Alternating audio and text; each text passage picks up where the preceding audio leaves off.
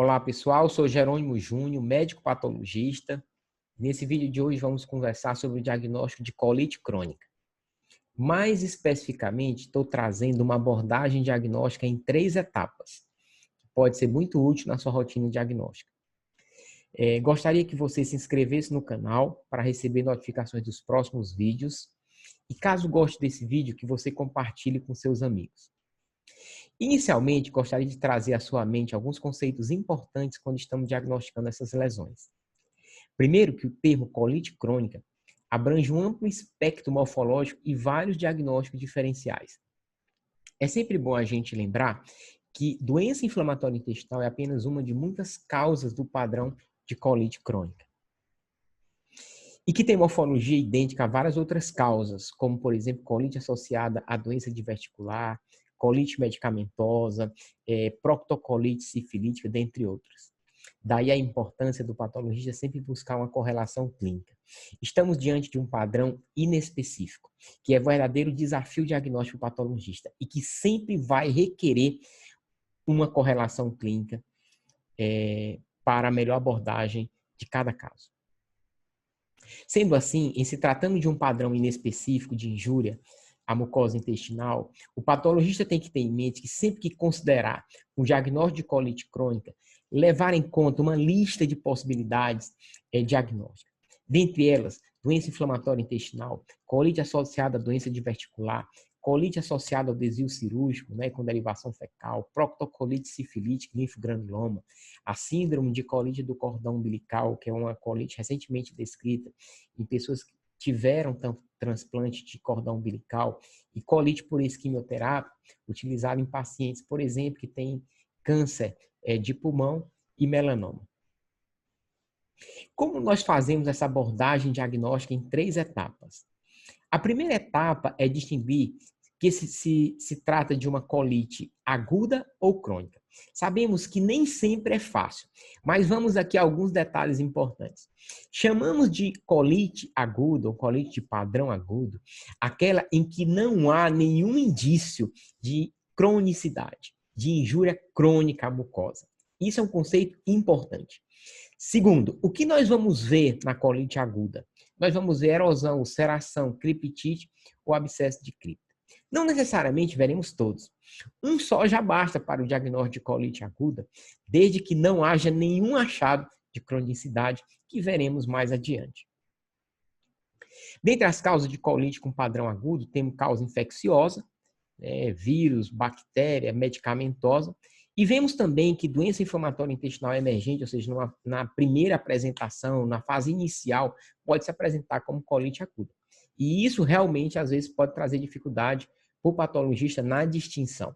Sempre lembrar que é importante, nestes casos, que o patologista tenha uma estreita correlação com a clínica, principalmente com a duração, qual é a duração desse quadro, e também com o resultado, por exemplo, de cultura de exame de fezes, que pode, na verdade, confirmar o diagnóstico de um quadro infeccioso bacteriano, por exemplo.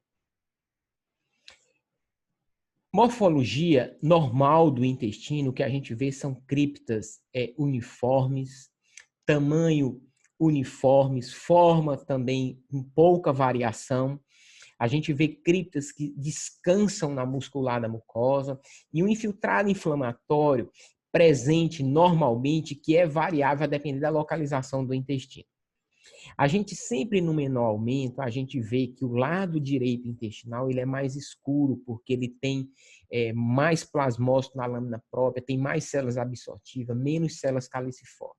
Já do lado esquerdo, a gente vê aquela aparência mais clara, porque tem menos plasmócito, na verdade, tem menos células absortivas e mais células caliciformes. Isso já é um achado, já no menor aumento, que dá para a gente se localizar e entender essa variação. E quando dizer que um padrão é crônico? Quando dizer que trata-se de uma colite crônica? Quando utilizar esse termo crônico? Quando encontrarmos achados de cronicidade. E veremos vários. A semelhança do que a gente viu em colite aguda, não é necessário nós vermos todos, né? Então, a gente precisa conhecê-los. Primeiro, metaplasia, a presença de metaplasias.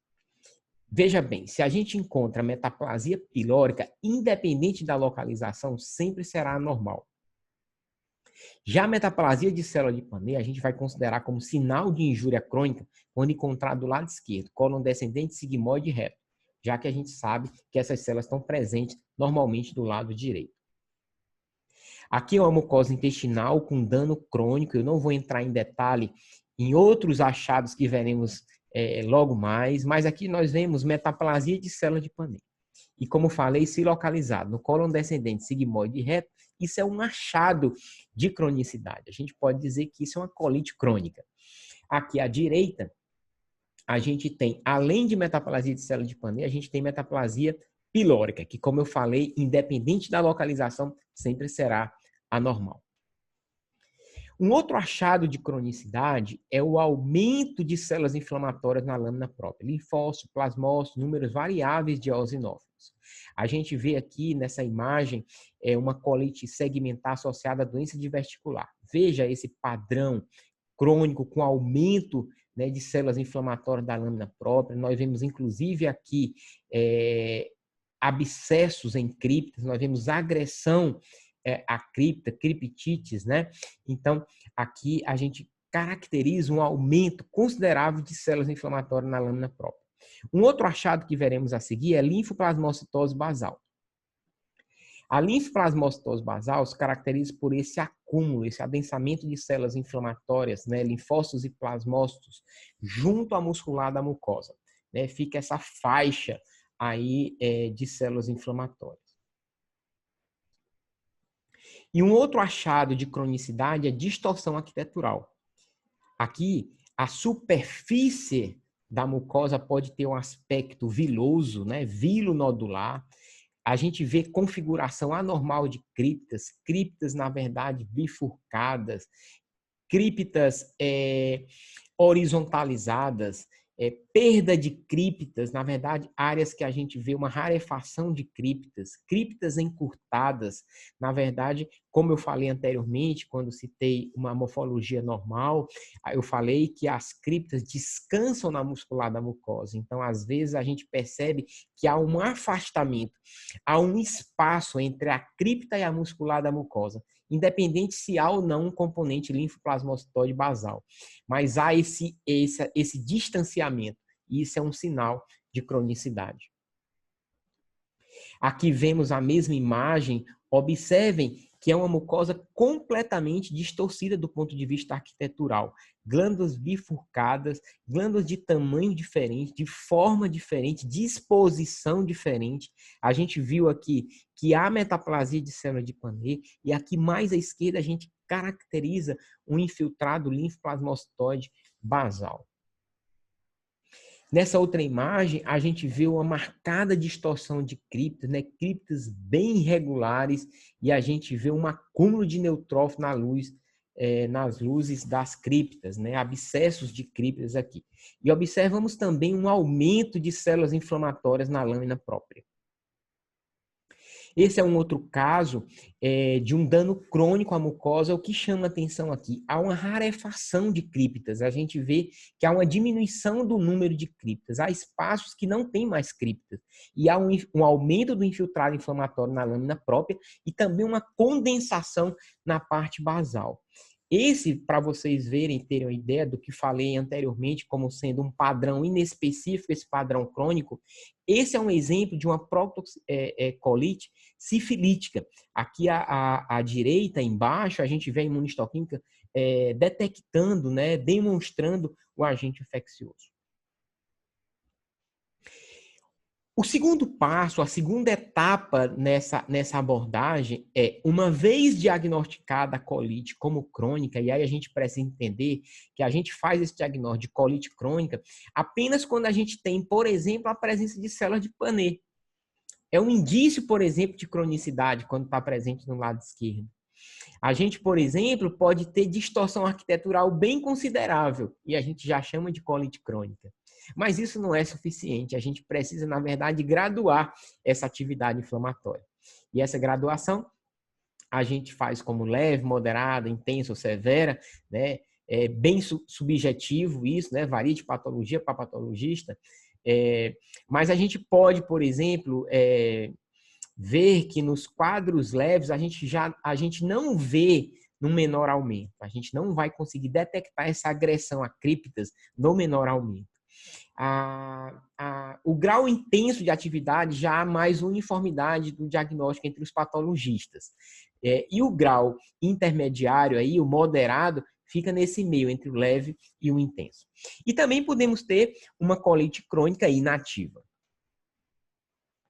Então, a terceira etapa é a mais importante. Você já fez o diagnóstico de colite crônica, você já deu a atividade inflamatória, se leve, moderada ou intensa, e agora você vai à terceira etapa, que é ver comentário. Então, veja, a abordagem em 3 etapas inclui você diferenciar se é aguda ou crônica, você graduar e você fazer seu comentário. Aqui é exemplo de comentário, apenas para exemplificar essa terceira etapa. Uma situação bem frequente da gente receber são amostras de pacientes sabidamente com doença inflamatória intestinal.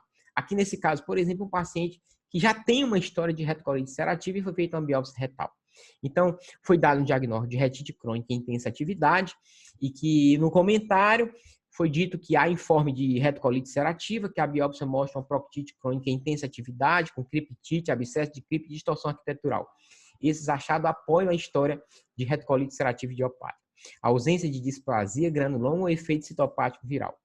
Mas uma outra situação que também é bem frequente é não recebermos com nenhuma informação clínica. Então, nesses casos, normalmente se faz um diagnóstico mais geral e uma nota onde, na verdade, nós vamos comentar sobre a inespecificidade dos achados e listar as possibilidades diagnósticas e pedir a correlação clínica. Aqui, para vocês verem exemplos dessa inespecificidade de etiologia, a gente vê aqui à esquerda um paciente com uma colite associada a um quimioterápico utilizado em pacientes com melanoma e câncer de pulmão. Vejam a distorção arquitetural, criptas irregulares, né, com disposição também irregular, e a gente vê um aumento de células inflamatórias na lâmina própria e uma linfoplasmocitose basal. E aqui à direita, uma colite associada a doença diverticular. Vejam a semelhança com os achados que a gente vê com doença inflamatória intestinal. Daí, na verdade, ser aconselhável que, na verdade, a gente mencione essas possibilidades e faça a correlação, né, sugira a correlação clínica.